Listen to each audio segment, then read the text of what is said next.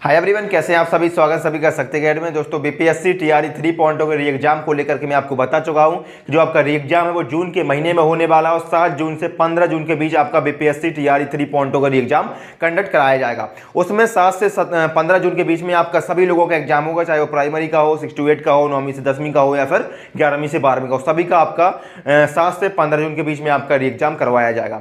तो उसी को लेकर के ऑलरेडी मैं आपको चैनल में बता चुका हूँ। एक वीडियो में मैंने आपको और बताई थी कि जो आपका बीपीएससी टीआरई 3.0 का री एग्जाम होने वाला है, खासतौर से प्राइमरी के भाई बहनों के लिए। तो प्राइमरी के जो पेपर अभी तक हुए हैं उनमें से आपके कहां से प्रश्न पूछे गए हैं, किस सब्जेक्ट से पूछे गए हैं और किस सब्जेक्ट में कौन कौन से टॉपिक आपको पढ़ने हैं, ये ऑलरेडी मैं आपको बता चुका हूं। ये वीडियो रहा, इस वीडियो को आप अगर अभी तक नहीं देखा है तो इस वीडियो को आप जरूर देखिएगा। इस वीडियो में मैंने आपको बता रखा है, अगर आप प्राइमरी के स्टूडेंट है, प्राइमरी का एग्जाम आपको दोबारा से देना है री एग्जाम में, तो कौन से टॉपिक आपको पढ़ना है, कौन से सब्जेक्ट आपको पढ़ना है और कौन से सब्जेक्ट से आपको कितने क्वेश्चन पूछे गए हैं, सारा का सारा इस वीडियो में मैंने आपको बता के रखा है। जब मैंने आपको ये वीडियो दिया था तो उस वीडियो के कमेंट के माध्यम से काफी भाई बहनों ने पूछा था कि 6वीं से 8वीं के लिए भी आप इस प्रकार का कोई वीडियो बना दीजिए कि 6वीं से 8वीं में कौन से टॉपिक आपको पढ़ने हैं, कौन से सब्जेक्ट आपको पढ़ने हैं और कहां से कितने प्रश्न पूछे गए हैं और कौन सी किताब को फॉलो करना है। तो इस वीडियो के माध्यम से दोस्तों हम लोग बात करने वाले हैं 6वीं से 8वीं के मैथ और साइंस के बारे में। अगर आप मैथ और साइंस का एग्जाम देने वाले हैं, री एग्जाम देने वाले हैं अभी आपका जून में, तो इस वीडियो को पूरा जरूर देखिएगा। इस वीडियो के माध्यम से आपको पता चलेगा कि आपको क्या पढ़ना है, क्या नहीं पढ़ना है, कहां से आपके प्रश्न पूछे जाते हैं, कौन सी किताब को आपको फॉलो करना है और कौन सा सोर्स आपको बिल्कुल भी फॉलो नहीं करना है।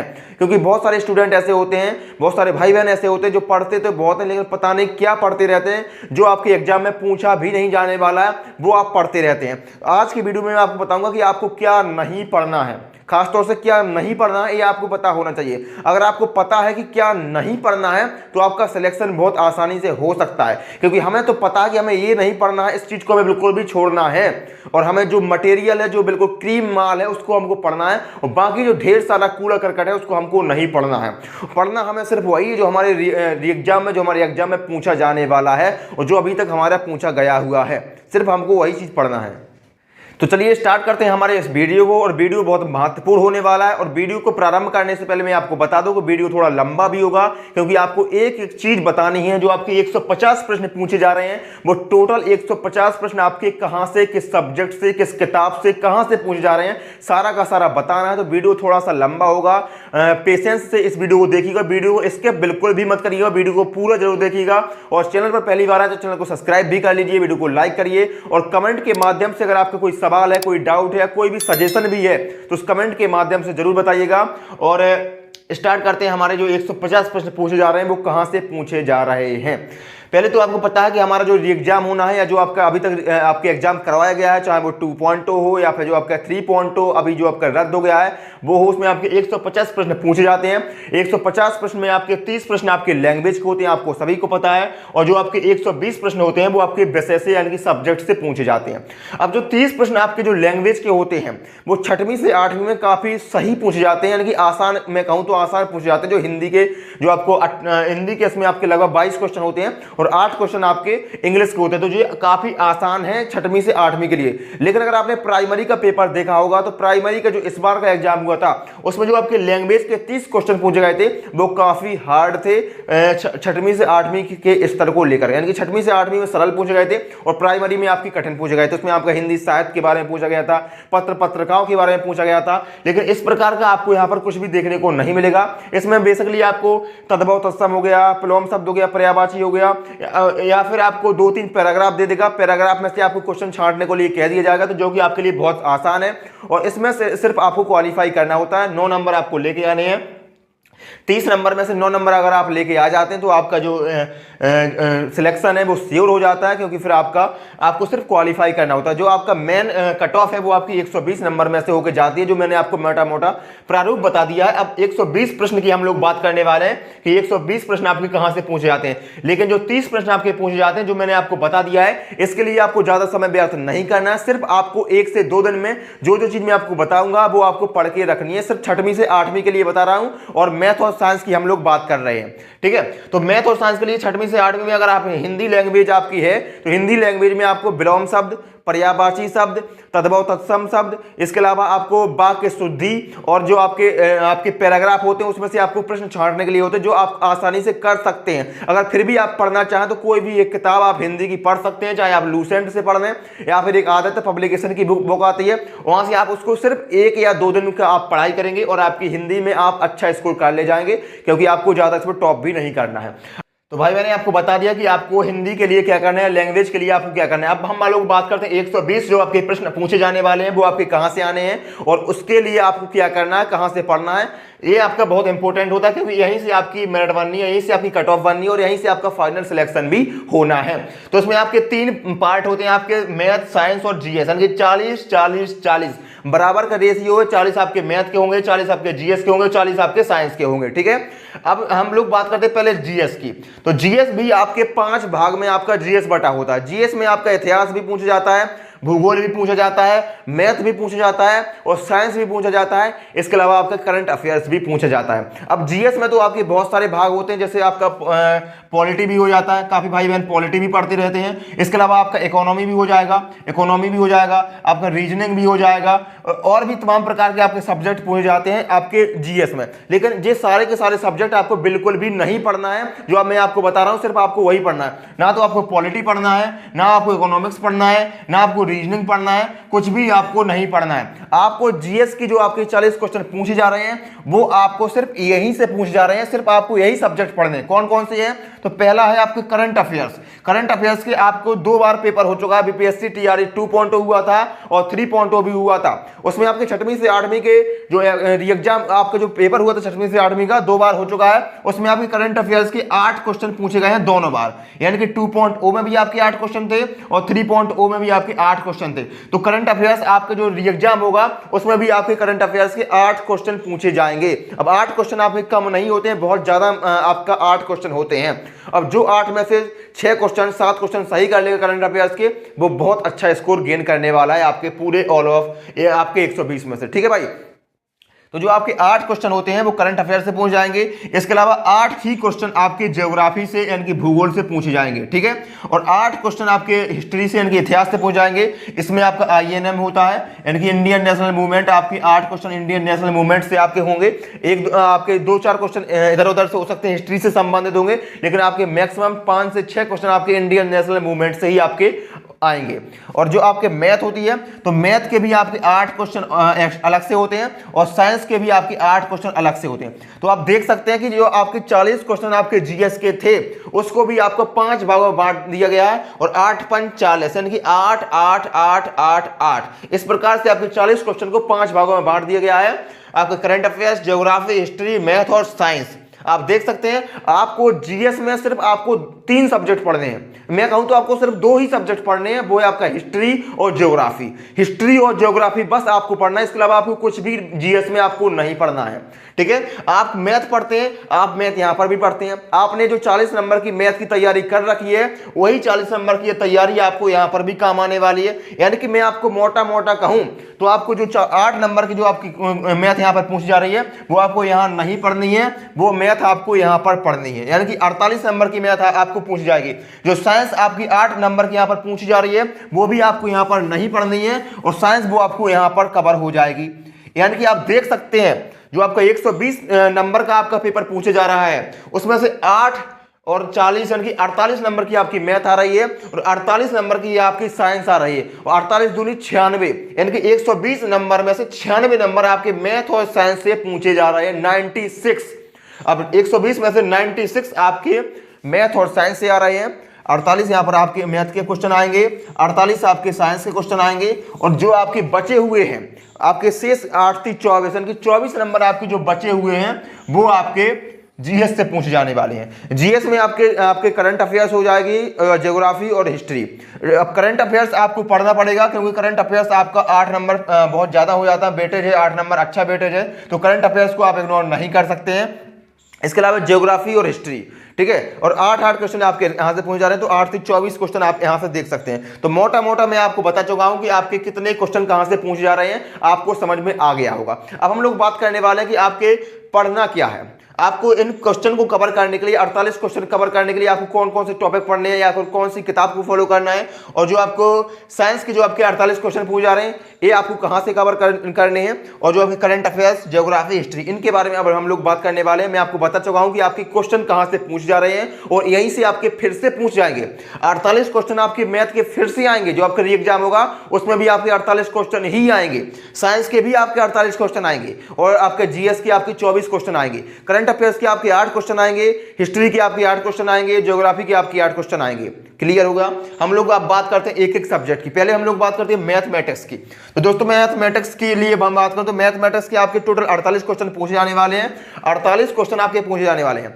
आपको मैथमेटिक्स में जो आपके टॉपिक आपको कौन कौन से पढ़ने हैं, मैथमेटिक्स में दोस्तों बहुत सारे टॉपिक होते हैं। आपको अर्थमेटिक भी होती है, आपको एडवांस भी होती है। अब बहुत सारे भाई बहन मैथ को पूरा पढ़ने के लिए लग जाते हैं, मैथ को आप पूरा नहीं पढ़ सकते हैं। इसके लिए आपको सिर्फ उन्हीं टॉपिक को पढ़ना है जो आपके पूछे गए हुए हैं पिछले एग्जाम में। 2.0 और 3.0 के री एग्जाम को एनालिसिस करने के बाद मैंने आपको एक वीडियो दिया था, इस वीडियो को आप देखिएगा। इस वीडियो में आपको यहाँ पर आप देख सकते हैं स्क्रीन में, इसकी लिंक भी आपको मैं डिस्क्रिप्शन बॉक्स में दे दूंगा।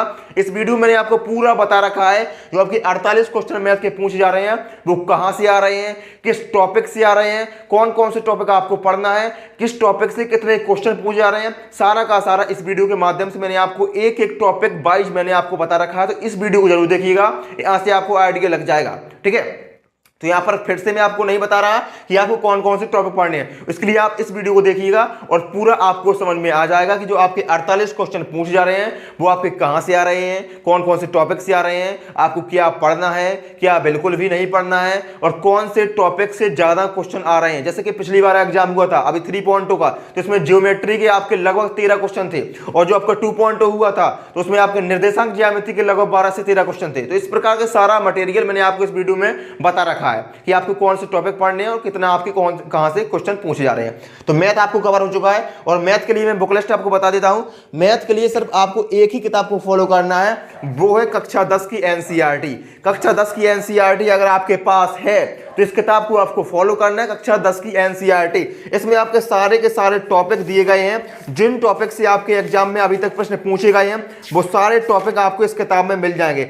चाहे वो आपका नंबर सिस्टम हो, चाहे वो आपका निर्देशांक ज्यामिति हो, चाहे आपका समांतर श्रेणी हो, या फिर आपका त्रिकोणमिति हो, त्रिकोणमिति, या फिर आपका ऊंचाई दूरी, जितने भी आपके टॉपिक हैं सारे के सारे टॉपिक से आपके प्रश्न पूछे गए हैं, और वो सारे टॉपिक आपको सिर्फ इस किताब में मिलने वाले हैं। वो है आपकी कक्षा 10 की एनसीईआरटी।